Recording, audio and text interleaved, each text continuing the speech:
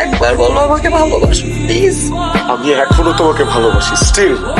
Sir married employ relationship চলছে। কই না তো। রোমানের কথা বলছি। আপনার মেয়ে জানে রোমান ম্যারিড, রোমানের স্ত্রী আছে, তারপর ওকে রাতে রাতে টেক্সট করে। আপনি প্লিজ ডু সামথিং। কি বলেন? এগুলো তো আমি কখনো জানি না। তাহলে আমি আপনাকে বলছি, আমি রোমানের স্ত্রী, আমার অনেক কষ্ট হয়। প্লিজ আপনি কিছু করেন, আপনি আপনার মেয়েকে থামান।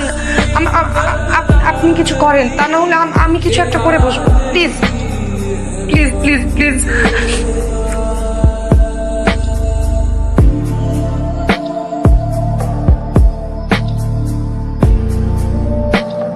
খুশি হয়েছো?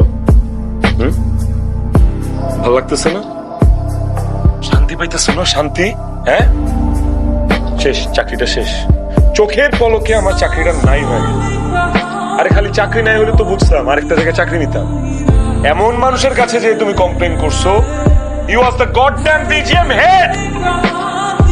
আমি শুধু এই কোম্পানিতে নেই, সেক্টরে আর কোনোদিন চাকরি করতে পারবো না। কোনো কথা বলা দরকার নেই। চাকরি চলে গেছে, আমি বেকার হয়ে গেছি, আমার কামাই রোজগার বন্ধ হয়ে গেছে, ফাইন, আমি ইজিলি অ্যাকসেপ্ট করি। এখন থেকে আমি ঘরে বসে থাকবো, তুমি এই পুরো সংসারটা চালাবো।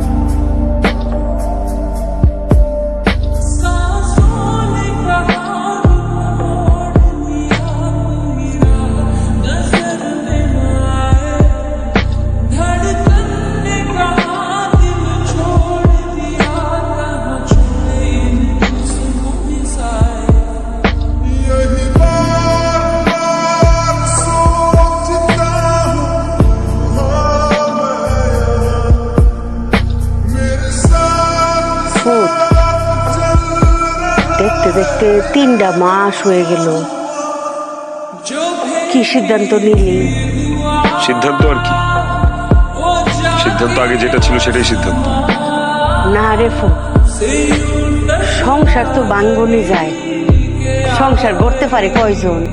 আমার মনে হয় কি, বৌমার লোকে যদি একটু কথা কইতি, কিংবা আমি নিজে যদি একটু কথা কইতাম, বুঝাইতাম। না, সেই সময়টা নাই না, বিবেচনা করার সময় অনেক আগে শেষ হয়ে গেছে। আমার বিবেচনা কি শুধু আমি একাই করবো? একাটা শুধু আমারই? আমি কি বৌমার লগে কথা কমু নাকি? হ্যাঁ, কি আমার লগে কথা কইব? আপনারা দুজন 3 মাস একসাথে থাকেন, যদি আপনাদের সিদ্ধান্তে পরিবর্তন হয়। কোনো সিদ্ধান্তই আর পরিবর্তন হবে না। সেটাই তো, সিদ্ধান্ত নিয়েছি কি পরিবর্তন করার জন্য নাকি? মায়ও, মায়ও, আমি দেরি তৈল বুঝতাম পারছি, আমার রুমানে তোমার সারা চলতে পারতো না। আমার রুমান তোমার বহুত ভালোবাসে মায়ও। মায়ও, তুমি বিষয়টা বিবেচনায় আনো মায়ও।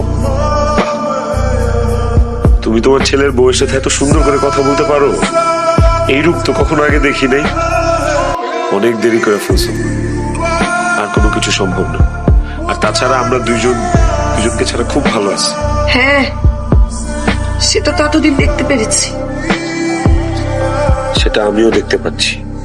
চোখ দিয়ে দেখেছো, মনের চোখ তো তোমার বন্ধ। মনের চোখ তো কখনো বন্ধ হয় না। তুমি আমাকে ছাড়া ভালো থাকতে চেষ্টা করছো, কিন্তু তুমি পারো নাই। তুমি খুব পেরেছো। পারি নাই।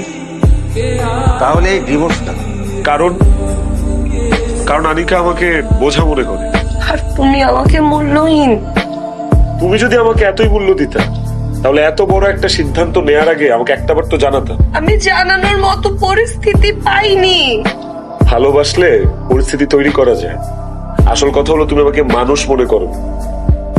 তোমাকে আমার মানুষ মনে হয়নি, তুমি আমাকে মানুষ ভাবছো। তুমি তো আমাকে রোবট ভাবতা। আমি বুঝতাম পারছি আমি আউনের পরে তোমরার ভিতরে ফাটল ধরছে, দোষ আমার।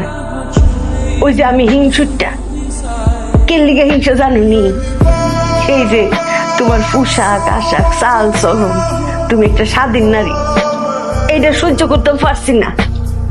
ওই যে নিজের হয়েছে গ্রামের পুরো লোক হতে পইরা নারীর স্বাধীনতা কি এটাই তো বুঝতাম পারছি না মায়ও। নিজের যে না পাওয়ার অতৃপ্তি এটি ডাইলে দিছি তোমার উপরে, ইচ্ছা করে তোমাকে দোষ ধরতাম মায়ও, ইচ্ছা করে কুজাইতাম। মায়ও আমার মাফ করে দাও, আমি বুঝতে পারছি নারীর স্বাধীনতা কি। মায়ও স্বামী স্ত্রী সম্পর্কের মধ্যে স্বাধীনতা তাহলে দরকার আছে। মায়ও তোমরা এই ডিভোর্সটা ফিরে এলো। ফুত ফুত ডিভোর্স দরকার নাই, ডিভোর্স চাই না। সময় গেলে সাধন হয় না মা, আর কোনো কিছুই সম্ভব না। তাছাড়া আমাদের জীবনটা এখন একটা পরিত্যক্ত রেল লাইনের মতো, এটার আর কোনো ডেস্টিনেশন নেই। উকিল সাহেব দেন কাগজটা দেন।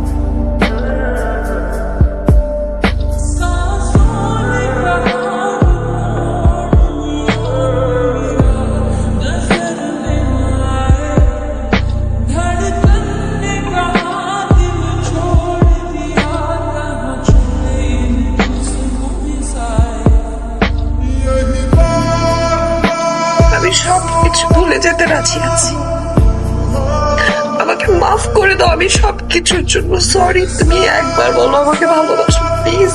আমি এখনো তোমাকে ভালোবাসি স্টিল। আমি আমি আমাদের মধ্যে আর কোনো দূরত্ব আসতে দিব না, আই প্রমিস। আমি ওর আমাদের মাঝখানে কখনো ইগো আসতে দিব না, আই প্রমিস। তুমি আসবে না।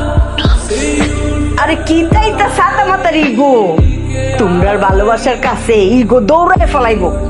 ফুট বই রিসেস করে বউরে আঞ্জা দিয়ে দৌড়ালা, তার তারিফ না জীবনে।